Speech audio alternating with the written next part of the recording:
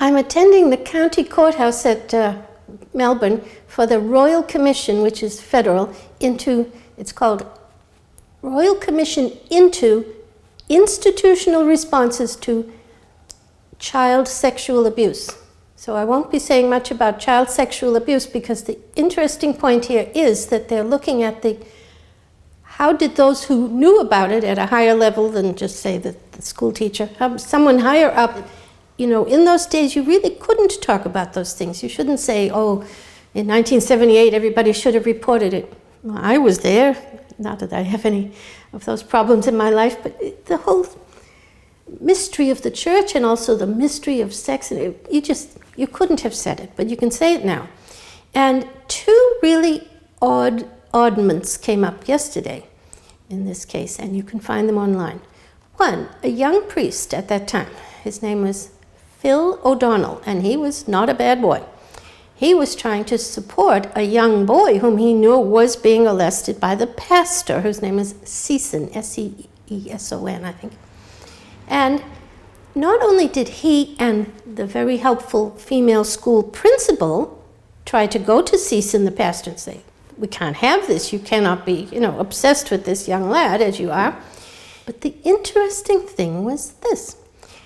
Once that he and that female principal and the parents tried to go at the bishop, whose name I think is Frank Little, you could check, I think he said Bishop Little. They went to him and got nowhere.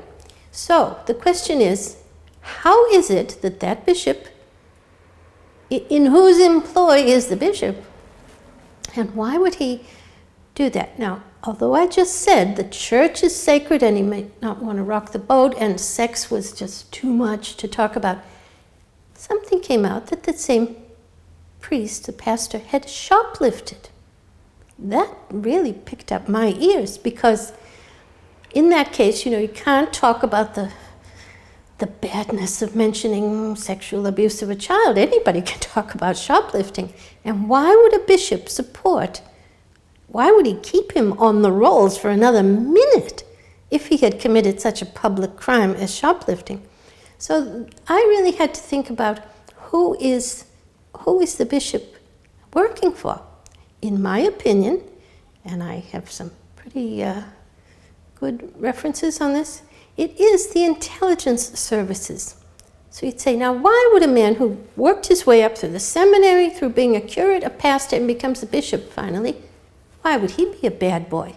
I'd say he was a bad boy to begin with, and the intelligence services recruited him in the first place to go in and be a seminarian and a priest and a pastor and all that. And you may ask, who appoints the bishops? And we Catholics say, the Pope. But does the Pope know every pastor in England or Nigeria or Australia? Of course he does not.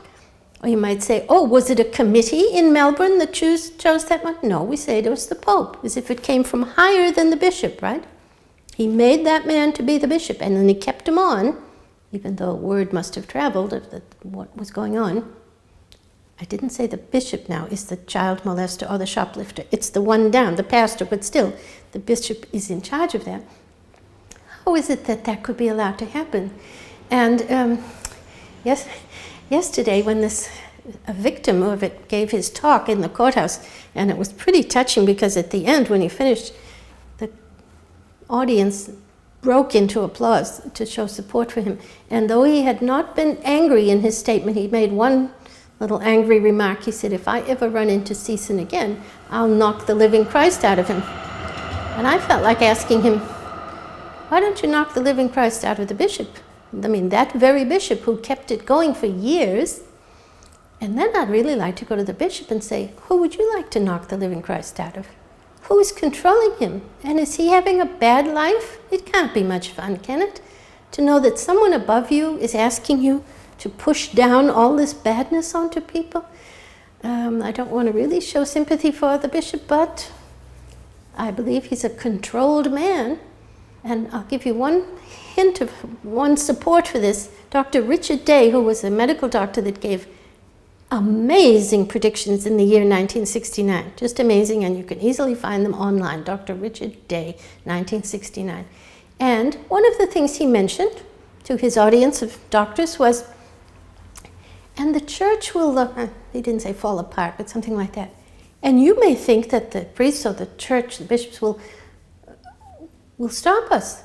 No, they'll help us.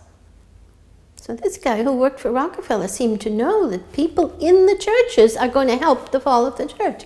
And indeed, I can say as a Bostonian that when the big pedophile priest thing broke around the year 2000, maybe, I'm not sure, and it was all quite new, and at that time, my friends in Boston said, I'm not going to church anymore.